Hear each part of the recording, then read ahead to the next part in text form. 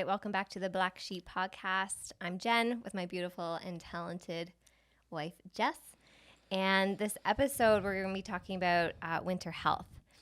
So just to begin, winter has convinced a lot of people that they're failing at health and that they're lazy, unmotivated, or off track. And honestly, that narrative is bullshit. We're not meant to live in summer energy all year long. Winter is slower, darker, more inward, and the body knows that, even if our calendars don't. So instead of forcing more, we've been choosing less stimulation, less pushing, less trying to fix ourselves, and more of the small, quiet things that actually regulate our nervous system. This episode isn't about biohacks or extreme routines. It's about what we actually do here and daily, imperfectly, to support our health, our family, and our nervous system through winter. So if you're tired of being told that you're doing it wrong, you're probably in the right place. So we're going to talk about winter in general and what we've been doing, because as we've lived here on this homestead now and more in nature and the rhythms of nature, we've changed our lifestyle greatly over this past few years. And this winter is another lesson on the shifts that we continue to make, just the small daily things. And so Jess and I talk about it all the time, and we wanted to do an episode on it to help others think maybe differently, operate a little bit differently in the small little things that you can do daily.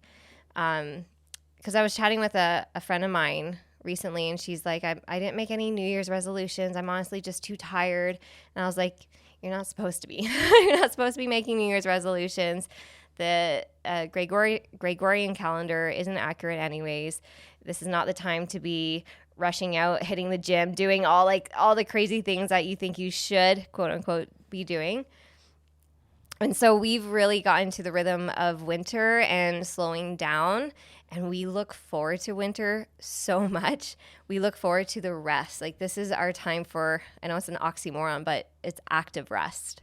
And we really have learned to enjoy it. And I think the past few years, we've learned to slow down over time.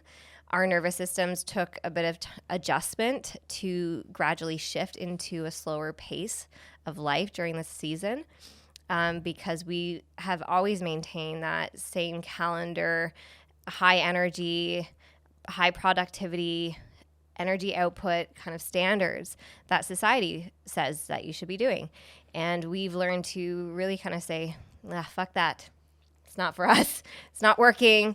Our body's not meant for that. And we're learning that more just by being here, watching the animals. And also, we recognize like we are in go mode in the summer. We're active. We're doing stuff all summer long, that we look so forward to the winter months of rest and not having to be doing as much and doing as much outside. Because in the summer, we're in the garden, we're building things outside. Like, we have all the animals to tend to, and even our animals slow down in the winter. Like, literally, they don't walk very far in the pasture. They do like a triangle from the lean-to where they sleep to the hay feeder to the water and then back again. And so we've learned to really take note of that and start to apply that more in our own life. Anything you want to share with that? No. I think that's pretty good, pretty fair. You've slowed down a lot as well. Like, it's like your nervous system is shifted out of high productivity and like learning to embrace only living and being active really during the daylight, which is a huge transition for a lot of people because your work schedules and after school extracurricular activities don't subscribe to that same kind of rhythm. And our nervous system thrives off being in a state of rhythm, not dysregulation. Mm-hmm. Yeah. No, I feel like it's hard to stay awake, honestly, past 6. Like at 6 o'clock, as soon as I'm finished eating, I'm winding down, pretty well ready to go to bed. So it's pretty rare to be up past about 9 o'clock right now. I have the urge to just, be less active, and be okay with that. Yeah, so we start our morning or our evening chores pretty well around sunset time. And then it's dinner, and then we start just kind of winding down. And all night we're just kind of like chilling inside. And I think we've extended our like evening routine now. Like we have a longer evening routine, which is more wholesome, more grounded. Like we sleep better. We feel more connection to ourselves and together as a family because we're together. We're not outside doing our different things. It's more family time. Mm-hmm. Yeah, maybe a sauna if we can before bed is always nice. That is nice. Yeah.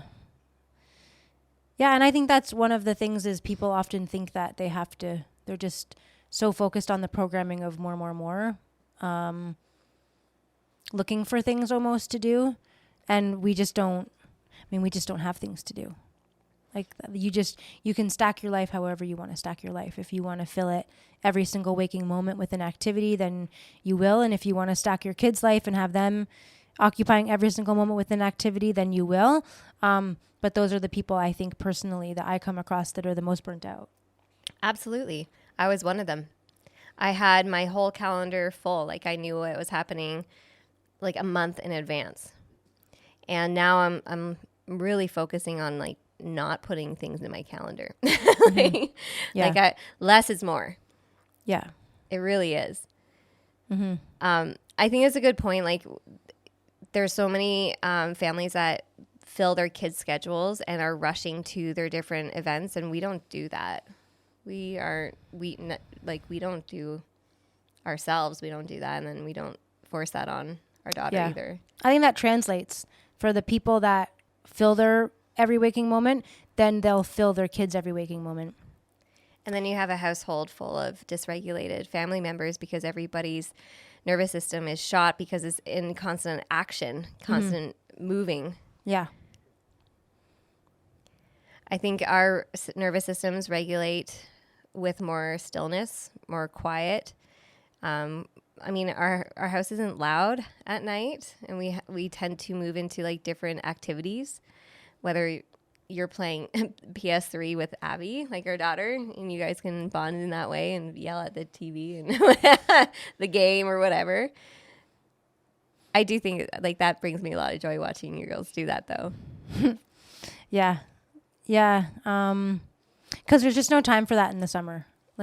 There's just no time for that in the summer, nor is there energy for that. But it's nice to have activities in the winter that can keep you grounded in the home, but you can do together as a family.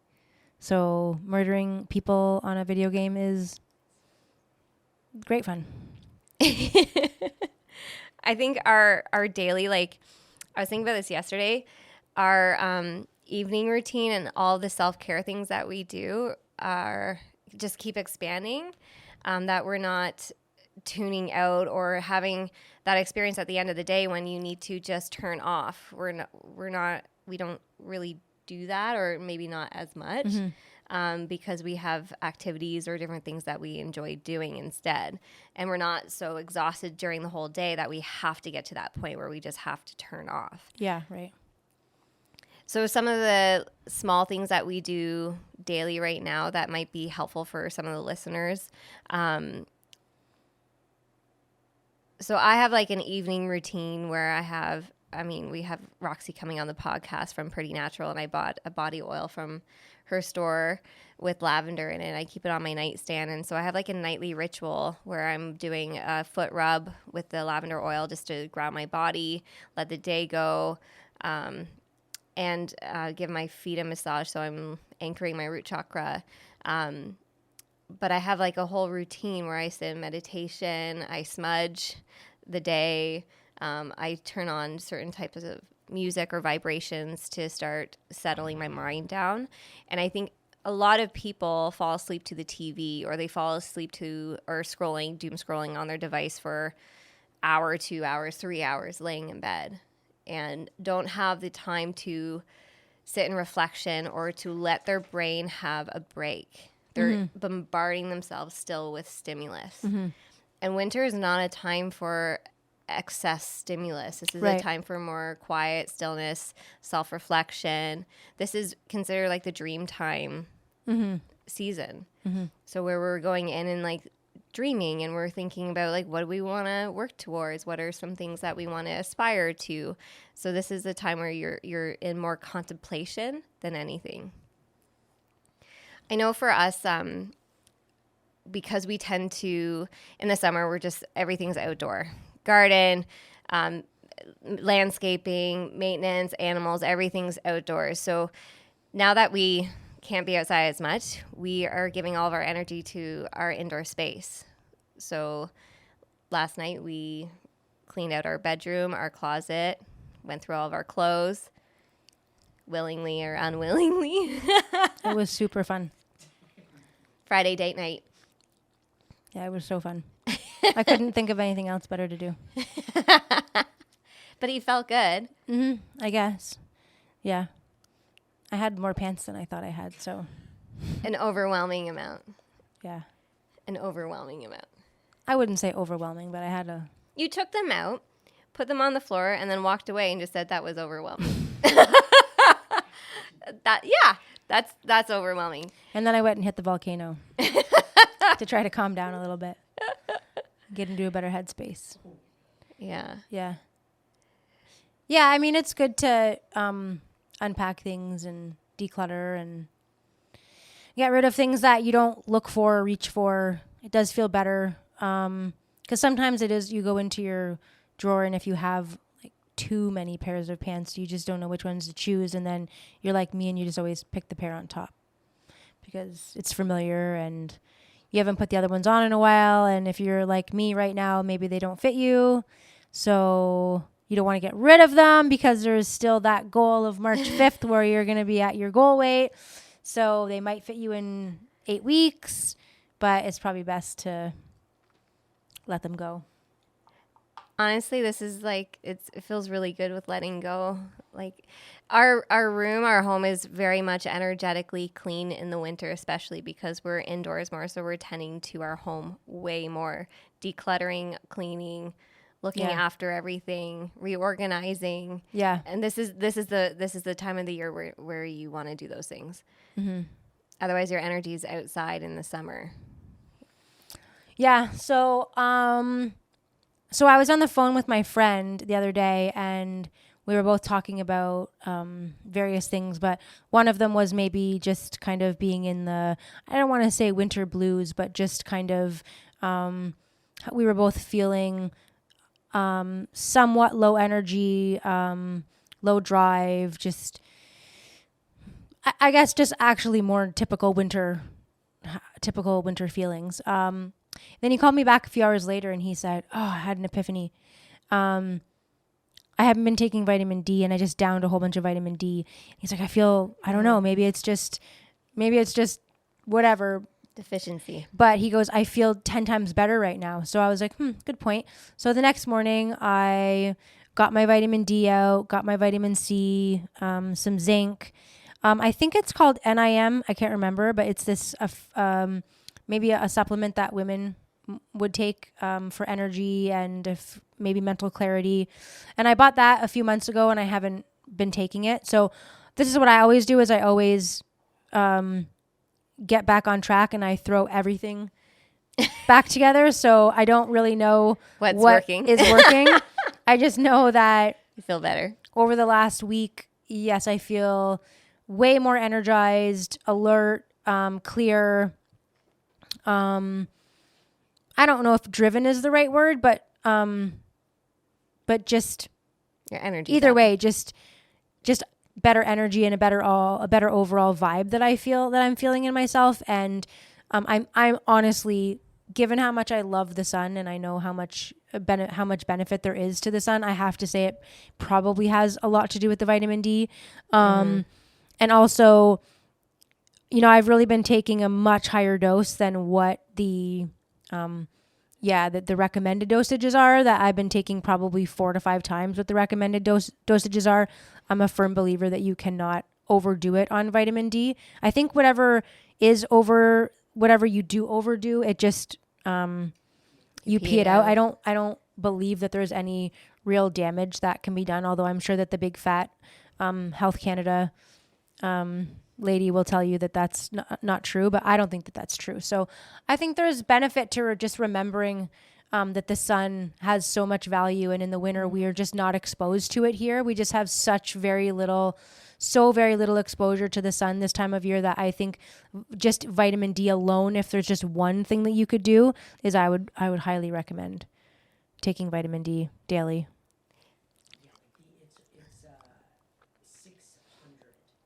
The recommendation, and I 600? think the recommendation is 600, and I think I probably took like 4,000. Yeah, take like 10,000. Yeah, I think if you've also been deficient, right, which Canadians are, especially if you're working indoors and you're not going outside much. Like we start the day at sunrise, we're going outside and we're working on the chores and then out for a walk with our dog. So we start the day with the sun. And we end the day with the sun, with the chores as well. But we're definitely not getting nearly as much, and I think as much fresh air.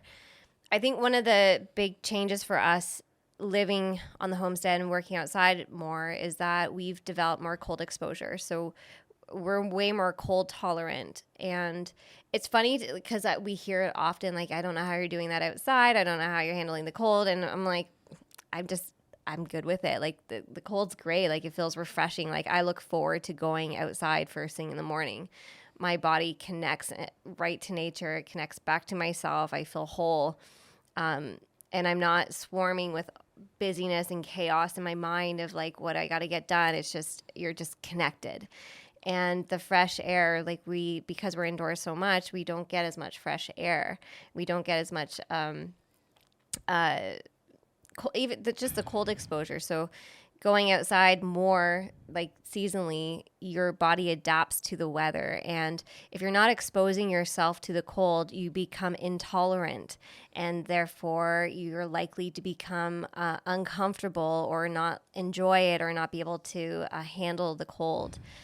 I remember before we even bought the farm, I had Raynaud's. And so that's a lack of blood flow to your outer extremities, so hands and feet. Basically, I just wasn't cold tolerant. And then when I started doing cold exposure work, I started walking outside in the snow, and it's not an issue anymore, right? So we can self-heal through the extreme weather as well. And even like we have heat tolerance because we're outside all in the summer and working in the garden.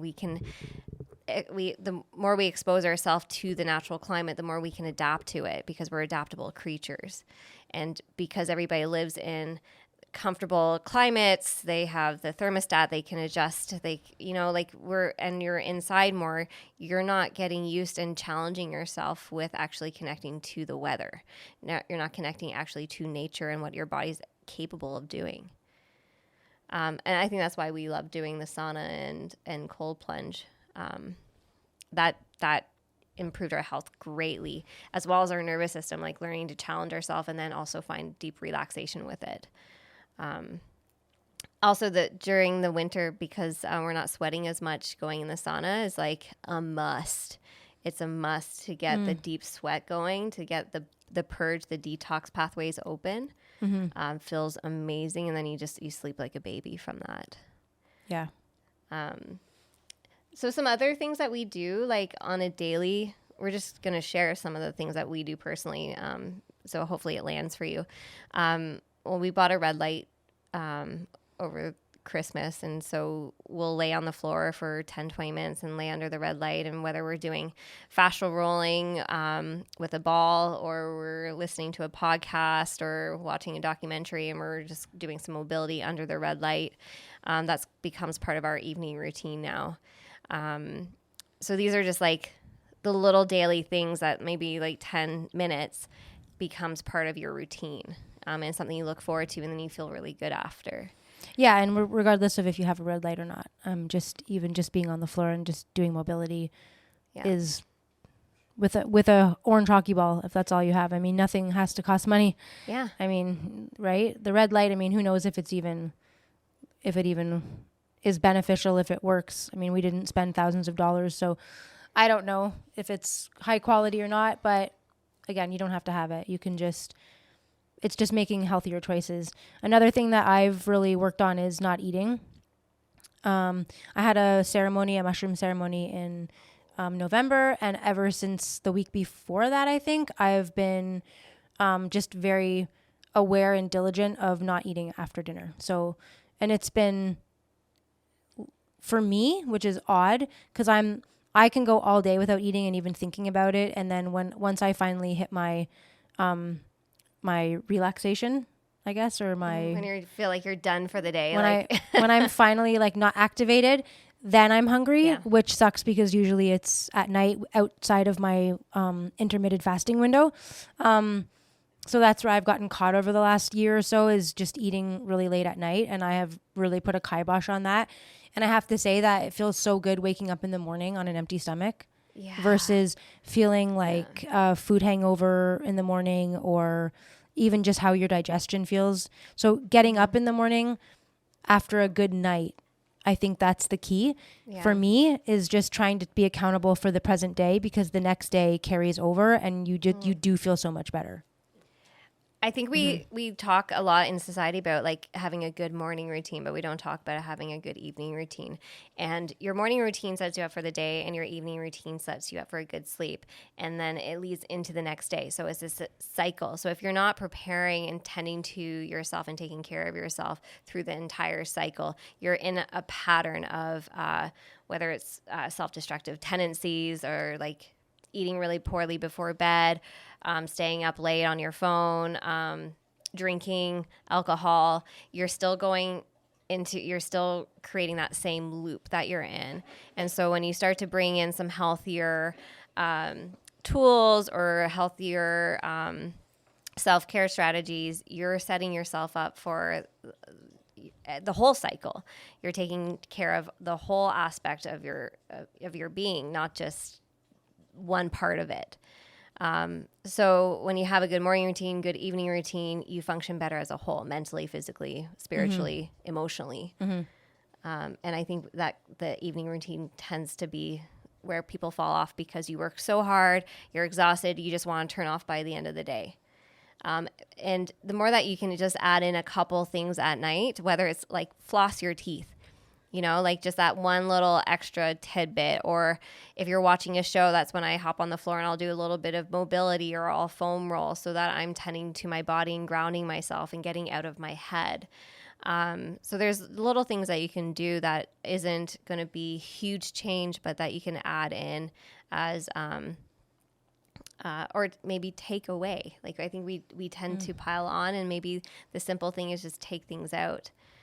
I know I used to do to-do list after to-do list. I'd have like massive things on my to-do list. And sometimes in the morning when I wake up and I write on my to-do list, sometimes it's just two things, because I start to live in priority. I start to live in just like, what do I actually need to get done today?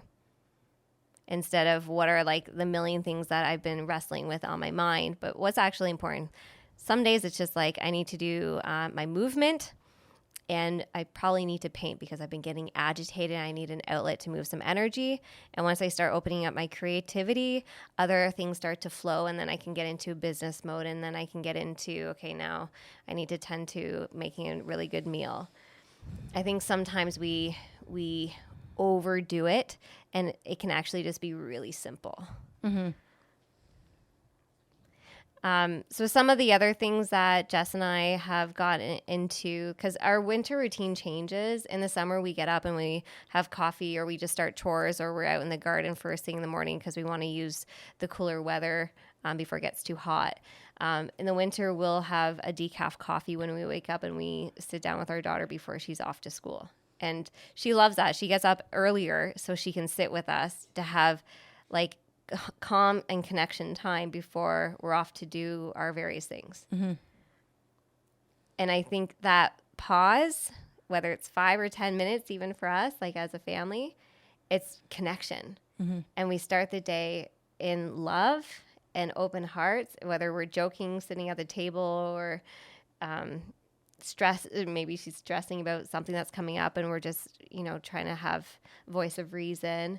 Those are the wonderful moments of regulating as a family together that she will always feel regulated through.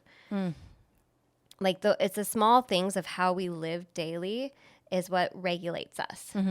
So even when I'm laying in bed, and because we're in the basement and I can hear her walking around, she's up early getting herself ready. There was a part of me in the past that was so annoyed with the sound, and because like, oh, I don't want to get up. Oh my gosh, she's being so loud. But the other, what switched for me is when I said, I'm so, like, this is the nervous system healing aspect. I'm so grateful she's up and moving, and I love having her home. And this is the exact moment that we can very easily overlook as it's like the mundane moments in our everyday life where there's so much gratitude and so much love and appreciation that we just overlook very easily because we get swamped with thoughts of what needs to get done. Whereas when I hear her, clanging around the kitchen, I'm like, I love that. Those are sounds of love for me because everything's good. Yeah, well, right? I'm just happy that I don't have to get her up. Yeah. It's nice that she just gets up on her own. And when I hear her in the kitchen, I'm like, oh, good, she's eating. Or, oh, good, she's making her lunch. It's wonderful. That's why I like it. They're lovely sounds to hear. And those lovely sounds are actually how we can feel more regulated. Yeah. And more at peace, right? Because when I hear you breathing at night, that's regulating my nervous system because I know that there's comfort of my spouse is beside me, right? Or when my dog takes a big sigh breath, I'm like, I feel safe. I'm at home. These are all the cues that regulate more safety in my life. And so more stability, more groundedness, more presence, more rhythm. Yeah. All right, so let's talk about because we have some different things that we do, like between our like self-care for the winter. Like last winter, I was doing a lot of pottery and a lot of painting. And this winter, I'm in like full finance mode where I've got our taxes and figured out. I'm like on it with the bookkeeping. I'm hammering out my financial goals and letting go of scarcity and anything where there was blockages with procrastinating or avoiding. I'm looking at everything from a different lens. I made a vision board and affirmations on like healing any financial trauma that I've had or scarcity, intergenerational trauma around money. And that's where I'm harnessing all my energy this winter is just focusing on like building my relationship with money. Do you want to share anything? Nothing. You're focusing, you're zoning in on your health. You just had dental surgery. You just had a major tooth pulled that had an infection. And so your sinus issues have cleared up, which is amazing. And now you're going in for a major eye surgery whenever this airs, you'll probably have had it by then. And so I might be like Stevie Wonder on the next episode. Like for all I know, I could be fake blind like Stevie Wonder. Fake blind. That was a whole other rabbit hole she just exposed me to. But don't do that. Don't do that. But if one side doesn't go well, I probably will wear a patch. That'd be cool. Yeah, your dad's got, he's blind in one eye, and she's like, God, I wish you would just wear a patch. I would. They're cool. Like I'd wear a patch. Yeah.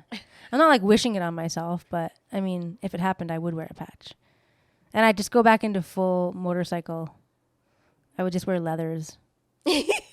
Leather boots, a leather vest, a leather bandana. Just pirate, just full pirate. Not when you're in the garden. Maybe. You got to live it. I mean, if you're going to wear a patch, it's a lifestyle, I feel like. Can you imagine the suntan line that you would have around? I'd take it up I'd suntan it. Yeah, okay. I'd lift it up. You see them like lift it up? Yeah. That's some Aaron. Yeah. Well, I feel like, I don't know, maybe there's other people that can relate. I feel like you're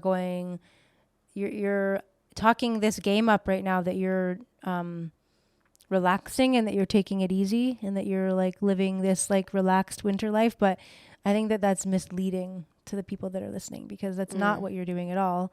You're in like full driven, like boss bitch mode. Totally. And I'm not. But I'm sitting down with So like paperwork. just I'm doing like, I'm focusing on indoor things. So like taxes, receipts, bookkeeping, I don't touch that in the winter or in the summer. In the spring, that's the last thing on my mind. And it's really become a seasonal thing. So sitting down and doing this is like this will be my year end kind of thing. I'm getting all that stuff done. And it feels really good. I think we are both focusing on prioritizing a certain focus. So mine is around like financial and yours is around health. Right. So this winter, especially because we are farmers and homesteading here, your time to be able to take time off and to rest after these surgeries, you can't be out doing all these chores. You can't be out working on the tractor. We can't have all the extra stuff that you would have in the summer. So we prioritize them in the winter when the chores aren't as much work, and then I can take over and you can rest. Mm-hmm. So it's like we literally have to make all of our decisions around the seasons. Mm-hmm. Like how we're living and orchestrating our life is really focused around the seasons. And this is all like inner work. This is going in and focusing on the things that we can focus on. Mm-hmm. Instead of trying to work in opposition to nature. We're working with it. Yeah. This is time we go into the cave like the bear. We're hibernating. We're in dream time. We're focusing on ourselves. Like this is what it's about. It just looks different for every person. Mm-hmm. Yeah. Well, I think that's important though to note that it's different for everybody. Yeah. Because some people don't feel like doing what you're doing. Like I didn't feel like cleaning up my closet. And I don't feel like doing sorting the receipts, taxes every day. Yeah, but that's not what you're meant to be doing right now. Your focus is yeah. So if you don't want to do that right now, then you're okay. But you do have to do it though. That's the thing. It is just good to do it and get it done, because waiting until May is the wrong answer, because that's when you're busy.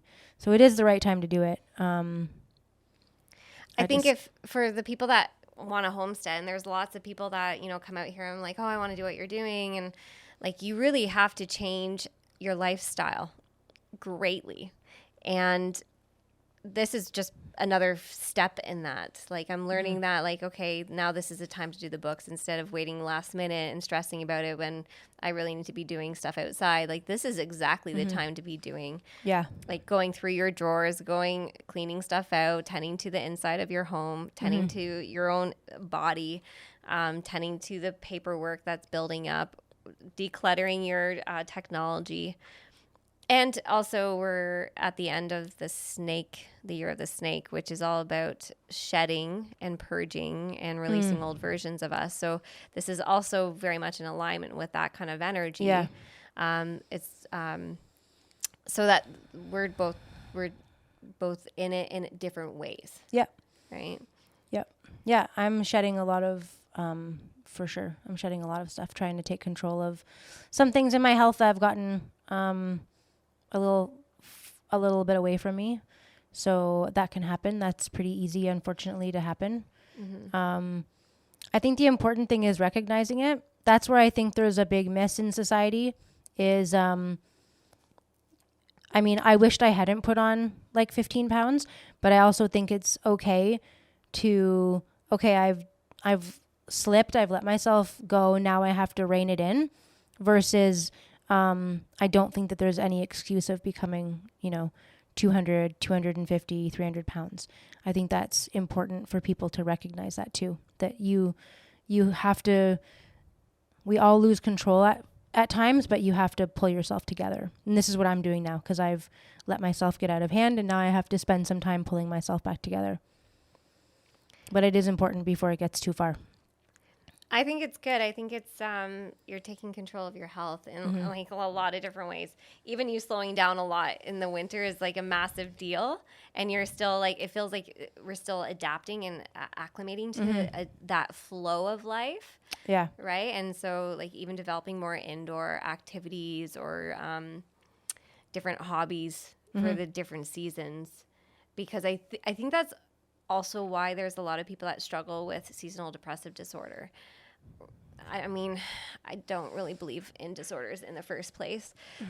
That's a whole other topic. But why do people get depressed in the winter? Yeah, because you're not, I mean, like, first of all, I imagine if you're super depressed if you're one of these people that has this fake illness of seasonal depression, it's because you're not taking care of yourself. You're not taking vitamin D, which is like a really easy, basic thing to do that really helps with that disorder. And making it a priority to get outside and walk. It's like sometimes it's not fun. We do like a 5K walk most mornings, and sometimes it's not fun when it's minus 20. But most of the time we go. You just, Even when it's not great weather, we still go because it's a way that we regulate our nervous system and we connect to the outdoors and we get sunlight on us. yeah. But I mean, if you're someone who goes to the gym, then it is what it is. Like, Yeah. it is. It You doesn't. do what you can But you do, have right? to do Yeah. something. Like, you can't just sit indoors all day and all night and never expose yourself for a walk or anything because it's too cold. It's dress appropriately. I mean, there's most days we go out for a walk, even when it's those really, really, really, really frigid temps, and we get halfway, and I'm just like, oh my God, I'm so hot. Right? Wear the right gear. If you wear the Yeah. right gear, I mean, like Good. yeah, you're fine. But I just think those are like really basic things, is just making sure that you're getting some kind of exercise, that you're eating well. I don't think we really touched on that, but diet in the winter, I fucking hate vegetables anyway. Doesn't matter what time of the year it is. I don't really eat vegetables. But I think in the winter, I think people really put a lot of pressure on themselves to be getting the vegetables that rainbow of colors in their diet. we can't grow. And I think there's a reason that we can't grow them. Here, I think that our bodies are in tune with that. And this is when you need more protein. So this is the time of year that I'm eating mostly eggs and meat. And like, I'm trying not to eat bread. It's like, I've been doing an okay job. I'm trying to limit bread to like once or twice a week if I can, because I'm like a bread with every meal person. But I'm trying not to. So I think that gets overlooked a lot, is just limiting the bread and actually limiting, in my opinion, the vegetables. I think you should be limiting all that and just going on like a more of a carnivore winter diet, because that's what our ancestors did. Yeah, I mean, we don't eat a lot of vegetables because we don't grow them in the winter. We eat whatever root vegetables we've preserved for the winter. And then some of the freeze-dried stuff that we use, but we don't really eat a lot of vegetables. We do eat fruit, like in the winter, like some fruit. I lot. like oranges in the winter, Love oranges and apples, but I mean, oranges aren't native to us, so I think to be honest, I haven't really been craving oranges as much since I've been taking vitamin D. So maybe that's kind of where that comes from, is that's why I'm craving oranges, is because I was lacking vitamin C and vitamin D. Now that I've been taking it, I haven't been craving it as much, but that makes sense to me.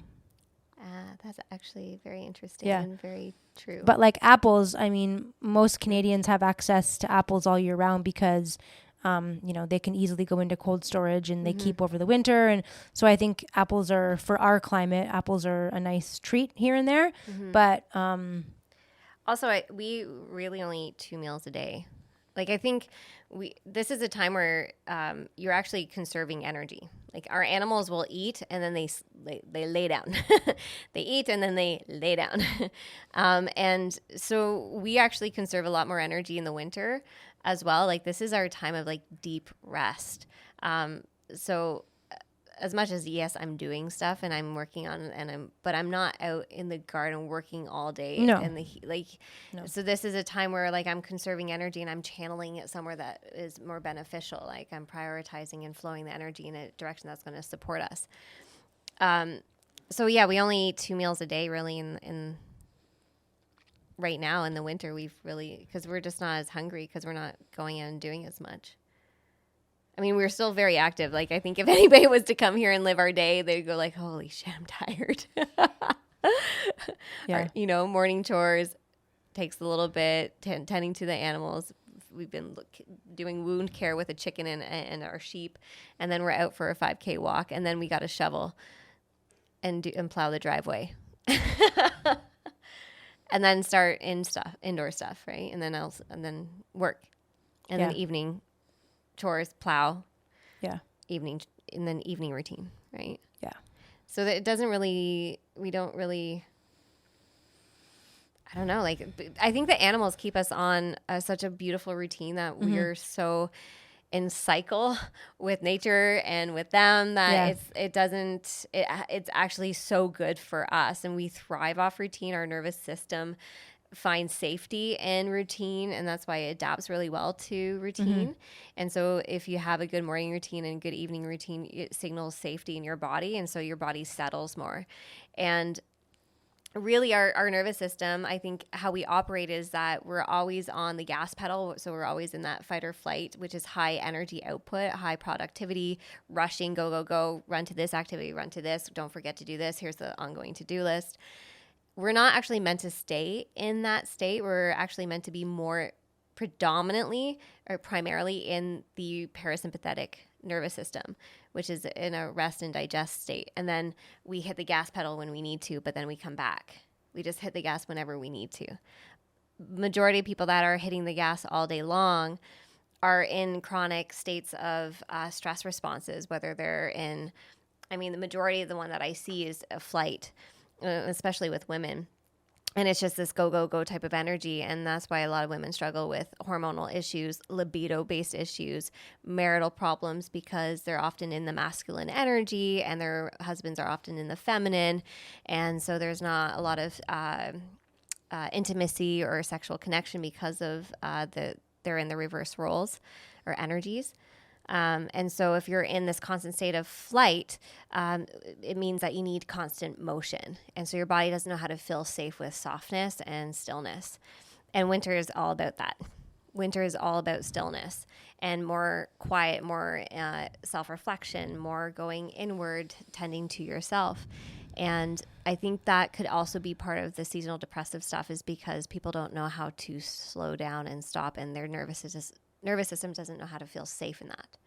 Yeah, I think that's right. But I also feel like people get, and I know this because I am that person, I think that people also get seek comfort in the winter, and they use food to seek comfort. 100%. And I think that people often feel sluggish, and they feel the way that seasonal depression disorder, the symptoms that that it offers is a lot to do with overeating the wrong food, heavy carb diet. And when you're not moving as much because it's winter, you're not moving as much, your body is not able to, you're not able to burn as many calories. And so I think that weighs on people. And then you start packing, 1 pound a week or every other week. And it just, I think that it's very challenging to feel energized and to feel positive when you're kind of in this negative hold. And I feel like it's like dragging you along, because I really know that's how I felt a lot of this year. And I feel like that was because last winter I gave myself permission to do things that I shouldn't be doing because of the summer that I had. Because summer of 2024 was so crazy. The winter of 25, I allowed myself to be that person, to overeat at the wrong time, to snack. And then it just carried this negative weight and pattern where I felt very heavy and dull. And I think that people often use that as an excuse to allow the behavior. And I think that's really one of the major issues with the seasonal aspect of how people feel. Honestly, I just think it's people allowing themselves to act a fool. Act a fool. Well, depression is like is when your spirit's depressed, is and is not able to express. Yeah. So I think when you don't have outlets to create expression, whether it's journaling, writing poetry, even social media content, videography, photos, art, making music, learning an instrument, writing a book. If you don't have a creative outlet, your spirit will become depressed. It literally dims. And so if you've lost your passion, you've lost your inspiration, that's when you need to go back into your dream time and start exploring, like, what do I like? What do I want to explore? What do I want? How can I find other modalities in order to express myself? Our true nature is to be an expression. We're here to create. We're here to be our true and authentic self. And if we don't have avenues to move our energy in ways that build us up, we are going to be depressed. Because we're suppressing our true nature. And I think, like, again, like, in our society, we've developed our work schedules around the Gregorian calendar, the work week, which is all based off of productivity and not around our human nature and how we operate the best. Yeah, and it's also funny how you're expected to feel like a sudden change January 1st, like, oh, it's the new year, now I'm supposed to be happy and I'm supposed to be different because it's the new year, but it's still the fake old year. New Year is April 1st, which makes a lot more sense because I don't think anybody wakes up January 1st and feels like, wow, it's a new me, it's a new year. But like April 1st, I think like you wake up April 1st and I feel like there's way more of a feeling of renewal and energy and rebirth and, you know, right? Versus January, it's still like dark at 4:00 and, you know, there's no sun. And I just think people think, oh, there's something wrong with me because I woke up January 1st and I didn't go to the gym and I didn't feel this new sense of, rejuvenation.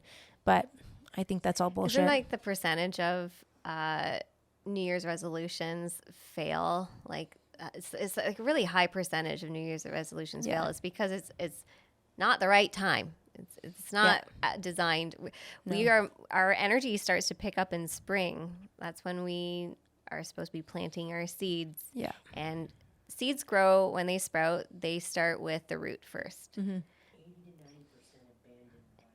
80 to 90% abandon the resolutions. Yeah. And also probably because they're unrealistic and they're not likely attainable because they're so unrealistic. Yeah. And then we fall back right into our old patterns. Yep. That's why like shifting gradually, bringing in small little things is more realistic because our nervous system goes into shock if we create too big of change right away. Our body doesn't know how to feel safe with that. It knows what we've been doing. It's based off of patterns. So if we start disrupting the patterns in small ways gradually, our body learns more safety in building these new patterns. So for me, it's I do gua sha, I'll do facial oil, and then I'll gua sha. I do a little bit of, like hygienic stuff at night. So that's her routine, and then I splash pee on my face first thing in the morning and before I go to bed. So it doesn't have to be elaborate. No, it doesn't. And maybe you should gua sha. I do from time to time, not very often. But I think the point there is just that you're taking the time to do something for yourself. Yeah. Regardless of if it takes 10 minutes or 5 minutes or 30 seconds, just trying to be committed to doing those things every day, I think is what's important. Our routines look super different and our night side tables are very different. Very different energy, very different hobbies, different interests. Jess is reading conspiracy books. I'm reading shaking medicine. We have different... Jen meditates. I hit the volcano. Right? Like we have our different things. But we'll both like roll out, and we'll do some foam rolling. We'll do the red light. Well, and then we also connect, right? Like it's like, hey, I'll give you a back massage, or we'll sit and chat. So there's always like points of contact and connection, even when we have our differing interests. I bore Jen with updates on conspiracies, and she bores me with nervous system jargon. But we both listen. The best thing is when she talks about it, when she speaks about her nervous system, when we're going for our morning walks, and she's picked up all my jargon. I know. She doesn't pick up any of my jargon, though. not a thing. That's not true. I do. Because Okay. that's not true. I do. Okay. Look, I know a lot of stuff around PDF files and I guess the fact that she called it a PDF file makes me know that she's listening. I'm listening. My nervous system can't handle as much information downloads that you get regarding that topic. And so I tune out at a certain point. I try to actively listen until my nervous system goes, no. It's pretty that's much enough. when the words satanic pedophile ring, that's when she starts to shut down. Before bed, especially because I don't want to bring that into my sleep. I'm a very vivid dreamer, and whatever I think about before I go to bed or whatever, if we watch something, it comes with me into my dream time. And I dream about all kinds of things. I travel everywhere in my sleep. I wake up after being in many different places, and I'm processing. So the best, if you're like me in that sense, if you're a big time dreamer, if you're very empathic, you're very open, you're an open channel, you need a good bedtime routine so that you can close out the day and not bring all the stuff with you into your dream time. There's some communities, indigenous communities, where they would go to, the women would be the dreamers of their community, and so they would go to the dream lodge because that was their role in the tribe. They would be the dreamers, which would mean that they would work in their sleep, because in the sleep time we are going into a 5D state of consciousness, and that's where there's no time. It's everything's happening simultaneously, and so whatever they wanted to bring into their community, they would go into the dreams and bring that in. What a bullshit job. Like, like it's just like, we need dreamers. And what's that look like? You work at night, and what do? You just sleep and you do your work in the dream. Oh, that's me. I'll take that job. No, I don't dream enough. I'm high all the time. So my dreams are, although I did dream last night and I was very high. My mom was driving my friend's car and we drove off of the road and it was a crash. It was pretty crazy. So I do healing on people in my dreams. Maybe I am qualified to be the dreamer. You are not. That is not I'm you. not qualified to be the dreamer? That is not you whatsoever. Damn. Damn it. Right? It's like the people that work like sleep shifts. Like I have a friend who has a job like that at a home and she just goes to sleep. And I'm like, what the fuck, man? Like, where was that when I was in high school? We need people to sleep. Sorry, what else do I know? You just sleep. Oh. Okay. Sign me up. Sign me up. Like, what the fuck? Like 1 out of 190 nights somebody wakes up and you have to like walk them back to bed or something. But anyway. That'd be a pretty sweet job. Man, we are so different. We are so different. Anyway, gotta go pick up hay. All right. Unload 45 bales before sundown. Okay. Let's do it. It's our evening workout. To prep for your surgery. Stack the hay because you can't go in the barn for 2 weeks. Just me. Yeah, I'm going to be bored, but it's also going to be borderline awesome. I don't know. You're going to have to get some audiobooks. No, because I can't play video games. I can't do anything. Get your audiobooks and podcasts lined up. Yeah, it's just going to be listening. Mm-hmm. A lot of mobility. No, I can't really. I can't really. You just can't get your heart rate up. Yeah, and I can't be like down with like my head down, or it's going to be tough. Yeah. I got some ideas for you. I'm sure you do. I'm sure you do. Like to work on yourself. Well, because like when we've had our concussions and you can't do anything, when you're forced to be still, people can go crazy. Like you can you feel like you're losing your mind. You're like want to climb out of your body. And this is like consider like a ceremony if you want, like 2 weeks of like deep rest. You're forced to have to change all of your patterns and it brings shit up. It's a challenge. So I got some good ideas to help you get ready for that. Can't wait. Yeah. Yeah, well, okay. This was informative. I'm sure someone found it informative, maybe. I hope it was helpful I hope so. for whoever listened, or at least you're entertained. If you took one thing away from it, just go get vitamin D. Mm-hmm. I'd say. And don't get fat.